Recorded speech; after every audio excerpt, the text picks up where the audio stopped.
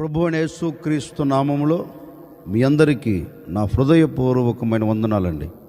ఈ దినమంతా దేవుడు మీకు తోడే ఉండి మిమ్మల్ని ఆశీర్వదించి దీవించి కాపాడునుగాక.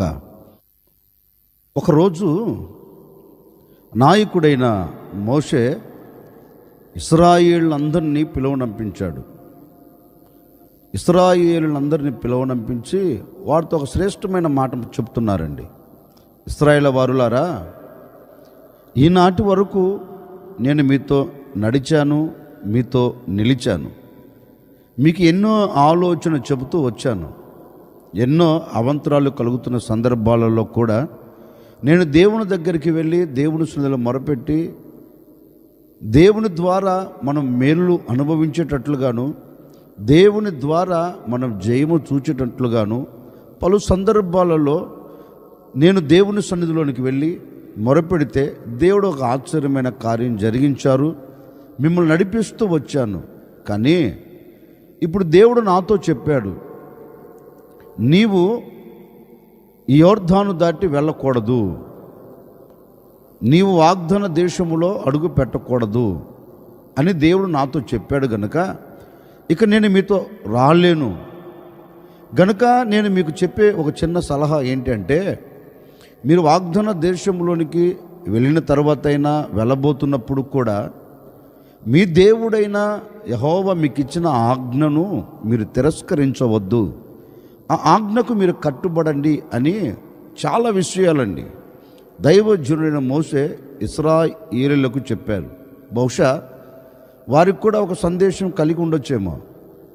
అయ్యా, నువ్వు మాతో రాకపోతే, నీవు మమ్మల్ని నడిపించకపోతే నీ తర్వాత నాయకుడు ఎవరు అన్నట్లుగా ఆ ప్రజలు కూడా అడిగే ఉండొచ్చండి. అప్పుడు నాయకుడు కూడా చెప్తున్నారు, ఇప్పటి వరకు నేను ఉన్నా, ఇక నేను ఉండను. గనుక బాధ్యత అంతా నాకు పరిచర్య చేస్తున్నా, నాకు పరిచారకుడుగా ఉన్న యెహోషువ మీద ఈ బాధ్యతను దేవుడు పెట్టమన్నారు.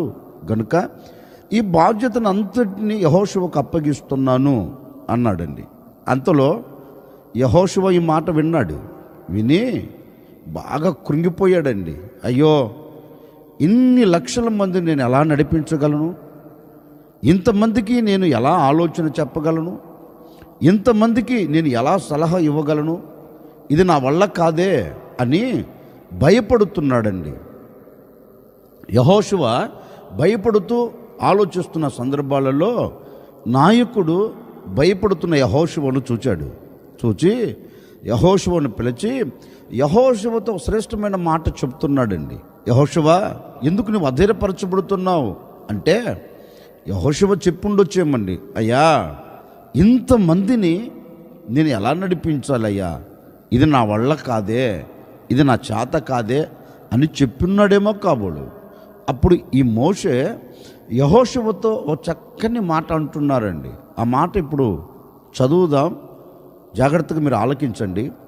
ద్వితీయోపదేశకాండం 31వ అధ్యాయం 8వ వాక్యాన్ని నేను చదువుతా ఉన్నాను, జాగ్రత్తగా ఆలకించండి.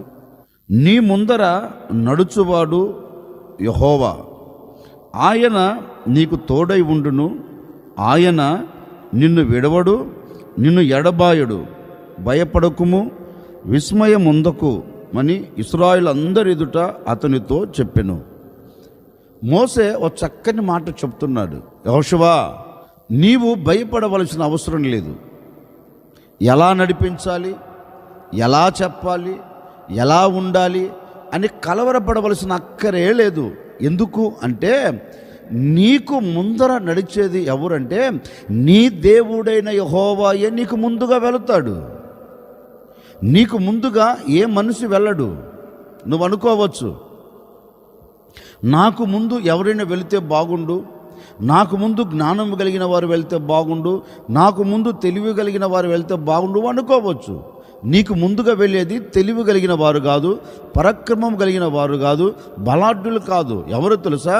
నీకు ఆలోచన చెప్పగలిగిన దేవుడు, నీకు ఆలోచన చెప్పి నిన్ను నడిపించగలిగిన దేవుడు నీకు ముందుగా వెళుతాడు. గనుక నువ్వు భయపడవలసిన అక్కర్లేదు.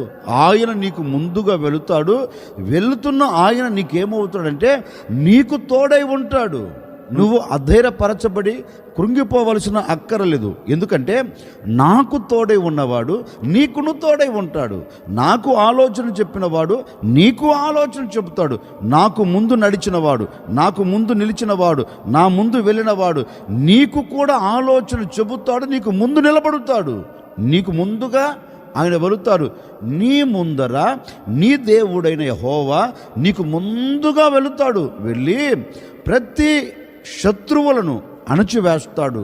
గనుక నీవు భయపడవలసిన అక్కరలేదు, నీవు కలతలు చెందవలసిన అక్కరలేదని నాయకుడైన మోషే యెహోషువతో చెప్తున్నాడు. నీకు ముందర నీ దేవుడు నడుచును. అదే అంటాడండి, నీ ముందర నడుచువాడు యెహోవాయే. చక్కగా చెప్తున్నాడు, నీ ముందర యెహోవా నడుస్తాడు, నువ్వేం భయపడవలసిన అవసరం లేదు అని అతనితో చెప్పాడండి. నిజమే. ఈ ఉదయకాల సమయంలో నేను కూడా మీతో చెప్పాలనుకున్న మాట ఏంటంటే, మనం కూడా ఆయా సందర్భాలలో ఎన్నో పరిస్థితులను చూచి, ఎన్నో స్థితిగతులను చూచి, లేకపోతే ఎన్నో అవంతరాలు మన ముంగిటి నిలబడినప్పుడు మనకొచ్చే ఒక ఆలోచన ఏంటంటే, నాకు ముందు ఎవరైనా ఉంటే బాగుండే, నాకు ఆలోచన చెప్పేవాడు ఉంటే బాగుండే, ఆలోచన చెప్పేవాడు లేకనే సత్తికిలబడిపోయాను, ఆలోచన చెప్పి నన్ను నడిపించగలిగిన వాడు ఎవడైనా ఉంటే బాగుండు అనే సందర్భాలు మన బ్రతుకుల్లో చాలా పడచూపి ఉండవచ్చండి. ఆ అనుభవాలు చాలా మనం నడిపించబడుతూ రావచ్చండి. కానీ నీ ముందు ఏ మనిషి నడిచినా నీకు అది ఆశీర్వాదకరంగా ఉండదు. నీకు ముందుగా ఏ వ్యక్తి వెళ్ళినా అది నీకు దీవెనకరంగా మలచబడదు. నీకు ముందు ఏ వ్యక్తి నిలబడినా అది నీకు క్షేమకరంగా ఉండదు. ఈ ఉదయకాల సమయంలో నా ప్రభు నీతో చెప్తున్నారు, ఈ దినమున నేను నీకు ముందుగా నడవబోతూ ఉన్నాను. ఈ మాటలు వింటున్న ప్రజలారా, మీరు కలతలు చెందవలసిన అక్కర్లేదు. ఒకవేళ ఏ విషయాలు నువ్వు భయపడుతూ అడుగులు వేస్తున్నావో, ఏ విషయాల్లో విస్మయం పొందుతూ ఒకవేళ నువ్వు అలాగే కుమిలిపోయి కృషించిపోయి నిలిచిపోయేవేమో నాకు తెలియదు. ప్రవచనాత్మకంగా ఈ ఉదయకాల సమయంలో ఒక సేవకుడిగా చెబుతున్నాను, ఈ దినము నా దేవుడు నీకు ముందుగా నడవబోతూ ఉన్నాడు, నీకు ముందుగా వెళ్ళబోతూ ఉన్నాడు. నీకు ముందుగా వెళ్ళి ఆశ్చర్యమైన కార్యమును నా ప్రభు ఈ దినము నీ కుటుంబం పట్ల జరిగించబోతూ ఉన్నారు. ఆనాడు యెహోషువతో మోషే చెప్పినట్లుగా నీకు ముందర యెహోవా నడవబోతున్నాడు అన్నట్లుగా ఈ ఉదయకాల సమయంలో ఒక సేవకుడిగా నేను కూడా మీతో చెప్తున్నానండి, ఈ దినమంతా నా ప్రభు నీకు ముందుగా నడవబోతూ ఉన్నాడు. ఈ దినమంతా నా ప్రభు నీకు ఆలోచన చెప్పబోతూ ఉన్నాడు. ఈ దినమంతా నేను శ్రేష్టమైన చోట నిలబెట్టబోతూ ఉన్నాడు. ఈ దినమంతా ఎలాంటి అవంతరాలు ఆటుపోటు నీ ముంగిట నిలబడకుండా నా ప్రభు నీకు ముందుగా వెళ్ళి ప్రతి మార్గమును సరళము చేయబోతూ ఉన్నాడు. అందుకే దేవుడు చెప్పకనే చెబుతున్నాడు, నిశ్చయముగా యెహోషువకు ముందు నడిచినట్లుగా నేను నీకు ముందుగా నడవబోతూ ఉన్నాను. నేను నీకు ముందుగా నడిచి నీ పట్ల కార్యమును జరిగించబోతూ ఉన్నాను. నిశ్చయముగా నా దేవుడు ఈ దినమంతా మీకు ముందు నడిచి ముందు నిలిచి మీ కుటుంబాల పట్ల అద్భుతం జరిగించునుగాక. లేఖనం అంటుంది, యెహోవా నీకు ముందుగా నడుచును, నీ ముందర నడుచువాడు యెహోవాయే అన్నట్లుగా నిశ్చయముగా ఈ దినమంతా నా ప్రభు నీకు ముందుగా నడుచునుగాక. ఆయన మనకు ముందుగా నడిస్తే మన కుటుంబాలలో మన వ్యక్తిగత జీవితంలో ఏం జరుగుతుంది? మీకా 2వ అధ్యాయం 13వ వాక్యాన్ని నేను చదువుతూ ఉన్నాను. ప్రాకారములు పడగొట్టువాడు వారికి ముందుగా పోవును, వారు గుమ్మమును పడగొట్టి దాని ద్వారా దాటిపోవుదురు. వారి రాజు వారికి ముందుగా నడుచును, యెహోవా వారికి నాయకుడుగా ఉండును. పరిశుద్ధ గ్రంథంలో చక్కగా రాయబడిన మాట ఏంటి అంటే, ప్రాకారములను పడగొట్టే దేవుడు తన ప్రజలకు ముందుగా వెళతాడంటండి. లేఖనం అంటుంది, వారి రాజు వారికి ముందుగా వెళతాడు. ఆ రాజు ఎవరో కాదండి, యెహోవాయే. ఆ రాజు ఎవరో కాదండి, మన ప్రభువైన యేసుక్రీస్తు. దేవుని పేరు పెట్టబడిన ప్రజలతో చెప్పబడుతున్న మాట, ఇదిగో మీరు అధైర్యపరచబడకండి, మీరు కృంగిపోగాకండి. ఎందుకంటే ఈ ప్రాకారములు మేము దాటగలమా? ఈ ప్రాకారాలు మేము ఎక్కి వెళ్ళగలమా, ఈ ప్రాకారాల మీద మాకు జయం కలుగుతుందా అని మీరు సందేహపడవలసిన అక్కరలేదు. ఆ ప్రాకారాలను చూసి ఒకవేళ మీరు అధైర్యపడవలసిన అవసరం లేదు. ఎందుకంటే మీ ఎదుట నిలబడిన అది ఏ ప్రాకారమైనా, మీ ఎదుట నిలబడి మిమ్మల్ని భయపెడుతున్న ఏ ప్రాకారాలైనా, మీ దేవుడైన యెహోవా మీకు ముందుగా వెళ్ళి మీ ఎదుట నిలబడిన ప్రాకారాలన్నిటినీ ఆయన ఏం చేయబోతున్నాడంటే సదును భూమిగా చేయబోతూ ఉన్నాడు. ఎలాంటి ప్రాకారమైనా కావచ్చండి, ఎలాంటి ప్రాకారం లాంటి పరిస్థితులు కావచ్చండి. ఆయన అంటాడు, వాటన్నిటిని నేను నీకు ముందుగా వెళుతాను, వెళ్ళి నేను ఏం చేస్తానంటే వాటన్నిటిని అణిచివేస్తాను. నిజమే కదండి. ఈ రోజున మనకు శ్రమ ఒక ప్రాకారముగా నిలబడుతుంది. మనకి కొన్ని ఆటంకాలు, కొన్ని అవంతరాలు, కొన్ని ప్రాకారాలుగా నిలబడి మనం భయపెడుతూ ఉంటాయండి. ఏది? శ్రమ కావచ్చు, ఇబ్బంది కావచ్చు, ఆర్థిక ఇబ్బందులు కావచ్చు, అనారోగ్యం కావచ్చు, పరిస్థితులని విభిన్నంగా మార్చబడి మన ఎదుట ప్రాకారముగా నిలబడిన ఎలాంటి సమస్య అయినా కావచ్చండి. మన ఎదుట మనం భయపడుతూ ఉంటాయండి. నువ్వు ఎలా దాటగలవు, నీవు దీని మీద ఎలా జయం పొందగలవు, ఇది దాటుకొని నువ్వు ఎలా ఆశీర్వాదకరంగా నిలబడగలవు, ఇక నీ బ్రతుకు ఇంతే అన్నట్లుగా అండి కొన్ని పరిస్థితులు మన ఎదుట ఎలా అంటే ప్రాకారముగా నిలబడతాయి.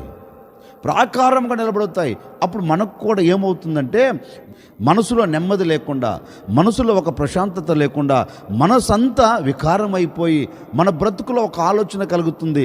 ఇంకేంటిలే జీవితం, ఇంకేంటిలే మన బ్రతుకు ఇక మారదు, మనం దీన్ని దాటి వెళ్ళలేం అనే ఆలోచన మనకు ఆయా సందర్భాలలో, ఏ సందర్భాలలో పరిస్థితులు విభిన్నంగా మలచబడి ప్రాకారముగా నిలబడినప్పుడు, ఈ ప్రాకారాలు మనం దాటుకోలేము అని తెలిసినప్పుడు మనకు వచ్చే ఒక ఆలోచన ఏంటంటే ఇంకెందుకు ఈ జీవితం, ఇక ఎందుకు ఈ బ్రతుకు, ఇక మన కుటుంబంలో మన వ్యక్తిగత జీవితంలో ఒక మార్పు ఉండదు అని నిస్సాయ స్థితిలోనికి చాలామంది వెళుతున్నారండి.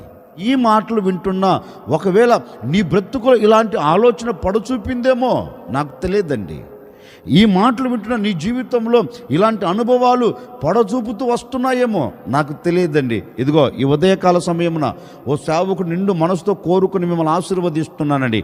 ఈనాటి వరకు మీ ఎదుట నిలబడిన ఎలాంటి శ్రమే అయినా, ఎలాంటి శ్రమతో కూడిన ప్రాకారములైనా నా ప్రభు ఈ దినమున నీకు ముందుగా వెళ్ళి వాటన్నిటిని అణిచివేయబోతూ ఉన్నారు. ప్రతి ప్రాకారం నా దేవుడు గొప్పగా కూల్చివేయబోతూ ఉన్నారు. నీవు ప్రాకారములను దాటగలిగిన శక్తి నా ప్రభు నీకు దయచేయబోతూ ఉన్నాడు. నీవు ప్రాకారాల మీద జయము పొందినట్లుగాను, ప్రాకారాలన్నిటిని ఎక్కి నీవు దేవుణ్ణి స్తుతించేటట్లుగాను ఒక అద్భుతమైన కార్యము నా ప్రభు ఈ ఉదయకాల సమయంలో జరిగించబోతూ ఉన్నాడు. భయపడకు, ఇది దాటలేనని కృషించిపోకు, ఇది దాటుని కృంగిపోగాకు. ఎక్కడ నీవు కృంగిపోతున్నావో అక్కడే నా దేవుడు నిన్ను పైకి లేవనెత్తబోతూ ఉన్నాడు. లేవనెత్తి నీ ఎదుట నిలబడిన ప్రాకారాలు గొప్పగా కోల్చబడేటట్లుగా దేవుడు అద్భుతమైన కార్యం జరిగించబోతూ ఉన్నాడు. ఇక దాటలేను అనుకోవలసిన అక్కర్లేదండి. నేను దాటించగలిగిన దేవుడు నీకు ముందుగా వెళ్ళబోతూ ఉన్నాడు. నేను గమ్యము చేర్చగలిగిన దేవుడు నీకు ముందుగా వెళ్ళబోతూ ఉన్నాడు. నీ పరిస్థితులన్నింటినీ, ప్రతికూలంగా ఉన్న ప్రతి పరిస్థితిని అణిచివేసి నేను దాటించగలిగిన దేవుడు నీకు ముందుగా వెళ్ళబోతూ ఉన్నాడు. నీకు ముందుగా వెళ్ళి మెట్టగా ఉన్న ప్రతి స్థలములను నా దేవుడు సరళము చేయబోతూ ఉన్నాడు. ఈ దినమంతా ఎలాంటి ప్రాకారాలు నీ ఎదుట నిలబడకుండా నా దేవుడు గొప్పగా కూల్చివేయబోతూ ఉన్నాడు. అందుకే లేఖనంలో కూడా చక్కగా రాయబడిన మాట అండి, జెరుబ్బాబేలు ఎదుట ఒక గొప్ప పర్వతం నిలబడింది. బహుశా జెరుబ్బాబేలు కూడా అనుకొని ఉండవచ్చు అండి, ఈ పర్వతమును నేను ఎలా ఎక్కగలను, ఈ పర్వతమును ఎలా దాటగలను అనే మనసులో ఆలోచన కలిగి ఉండవచ్చండి. కానీ జెరుబ్బాబేలును నడిపించే దేవుడు, జెరుబ్బాబేలుకు తోడై ఉన్న దేవుడు ఆ పర్వతంతో అంటాడు, ఏ పర్వతమా, ఓ గొప్ప పర్వతమా, జెరుబ్బాబేలును అడ్డగించుటకు ఏ మాత్రపు దానవు, సద్దును భూమిగా నువ్వు అవుదుగాక అంటే జెరుబ్బాబేలు ఎదుట నిలబడిన పర్వతమే సద్దును భూమిగా మార్చబడిపోయిందండి. ఇదిగో ఈ ఉదయకాల సమయంలో నేను కూడా చెప్తున్నాను, పర్వతం లాంటి శ్రమలు కావచ్చు, పర్వతం లాంటి ఆటంకాలు కావచ్చు, పర్వతం లాంటి పరిస్థితుల్లో విభిన్నంగా మలచబడి నీ ఎదుట ప్రాకారముగా నిలబడవచ్చండి. ఈ ఉదయకాల సమయంలో నా ప్రభు పక్కన చెబుతూ ఉన్నారు, ఈ మాటలు వింటున్న ప్రజలారా, మీ ఎదుట ఏ పర్వతాలు నిలబడినా, మీ ఎదుట ఏ పరిస్థితులు నిలబడినా, మీ ఎదుట ఏ ప్రాకారాలు నిలబడినా నా ప్రభు ఈరోజు గద్దించబోతున్నారు. జెరుబ్బాబెలు ఎదుట పర్వతాన్ని గొప్పగా కూల్చిన దేవుడు నీ ఎదుట కూడా పర్వతాలన్నింటినీ గొప్పగా కూల్చివేయబోతూ ఉన్నారు. పర్వతాలను దాటగలిగిన స్థితిని, పర్వతాలు ఎక్కి వెళ్ళగలిగిన స్థితిని నా ప్రభు అక్షరాలుగా నీకు దయచేయబోతున్నాడు. అందుకే లేఖనం చెప్పకనే చెబుతుందండి, నీకు ముందుగా నీ దేవుడైన యెహోవా వెళతాడు.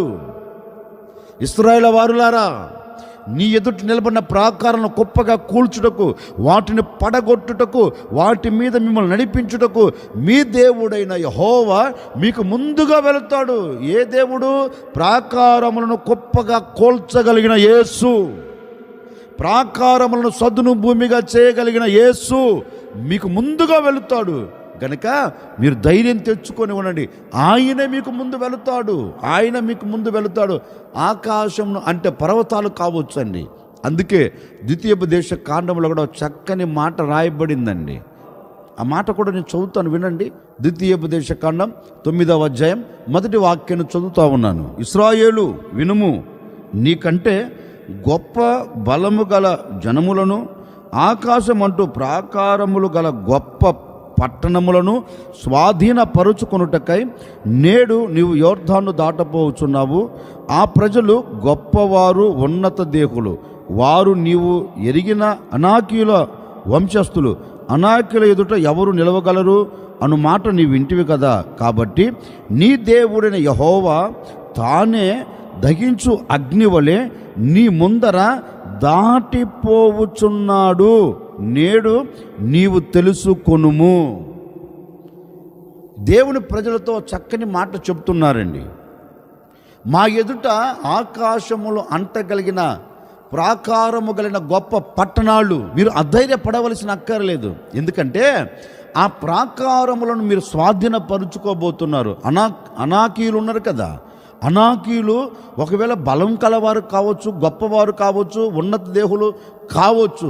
విన్నారు మీరు, వారిని ఎదుట ఎవరు నిలవగలరు అనే మాట మీరు విన్నారు. అయినా ఇబ్బంది లేదు.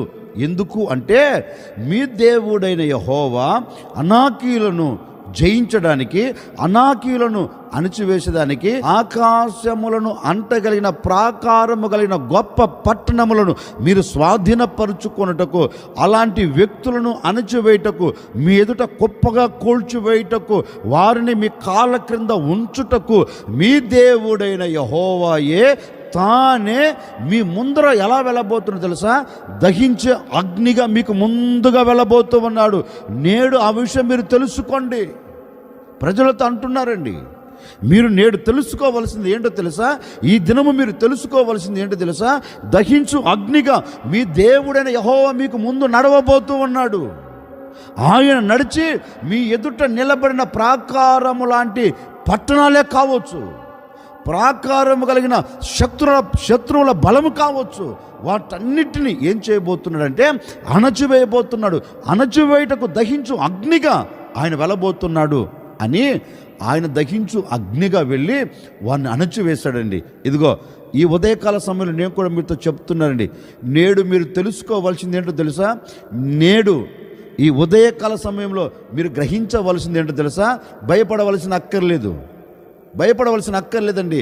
ఆకాశాన్ని అంటగలిగిన పర్వతాలు కావచ్చు, ఆకాశాన్ని అంటగలిగిన పట్టణాలు కావచ్చు, ఆకాశాన్ని అంటగలిగిన ఒక గొప్ప ప్రాకారాలు కావచ్చు అండి. ఇదిగో అలాంటి శక్తి కలిగిన వారు, అలాంటి బలము కలిగిన వారు, అలాంటి శూరులు ఎంతమంది నేటి వరకు మిమ్మల్ని చుట్టుముట్టారో నాకు తెలియదండి. నేడు మీరు ఆలోచించవలసినది 11వ తేదీ వరకు ఒకవేళ ఈ పరిస్థితులన్నీ మీ చుట్టుముట్టాయేమో నాకు తెలియదండి. ఈ 12వ తేదీ ఈ ఉదయకాల సమయాలు మీరు ఆలోచించవలసినది, మీరు తెలుసుకోవలసింది ఏంటో తెలుసా? నేడు మీరు తెలుసుకోవలసింది ఏంటంటే, ఒక సేవకుడిగా నేను మీతో చెబుతున్నాను, నిశ్చయముగా దహించు అగ్నిగా నా ప్రభు అయిన యేసుక్రీస్తు నీకు ముందు నడవబోతూ ఉన్నాడు. నా ప్రభు అయిన యేసుక్రీస్తు నీకు ముందుగా వెళ్ళి నీ ఎదుట నిలబడిన ప్రాకారాలను గొప్పగా కూల్చివేయబోతూ ఉన్నాడు. నీ ఎదుట నిలబడిన ఏ గొప్ప పట్టణమైనా, నీ ఎదుట నిలబడిన ఏ శక్తి కలిగిన వారైనా, నా దేవుడు ఈ దినమున నీకు ముందుగా వెళ్ళి వాటన్నిటిని అణిచివేయబోతూ ఉన్నాడు.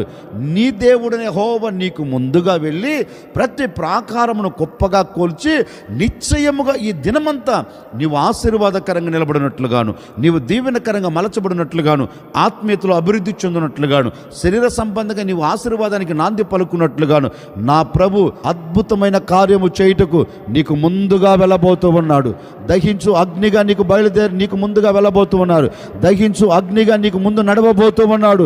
నడిచిన ఆయన నీ ప్రాకారాలు గొప్పగా కూల్చి నీకు క్షేమమును దయచేయబోతూ ఉన్నాడు. తల వంచండి, వచ్చిన ప్రార్థన. ఆశ్చర్యకరుడా, మీకు స్తోత్రాలు చెల్లిస్తూ ఉన్నాం. ఈ దినమంతా మీ ప్రజలను మీ చేతులకు అప్పగిస్తున్నాం. ఈ ప్రజలకు మీరు ముందుగా నడవబోతున్నందుకే మీకు స్తోత్రమయ్యా. నడిచిన మీరు ప్రాకారాలను కుప్పగా కూలుస్తారని, నడిచిన మీరు శత్రువులను అణచివేసి జయమిస్తారని నాయన మీ లేఖనాలు సెలవిచ్చినట్లుగా ఈ ప్రజల ఎదుట నిలబడిన ప్రాకారాలు ఈ దినం గొప్పగా కోల్చబడునుగాక, వీరికి క్షేమము కలుగునుగాక.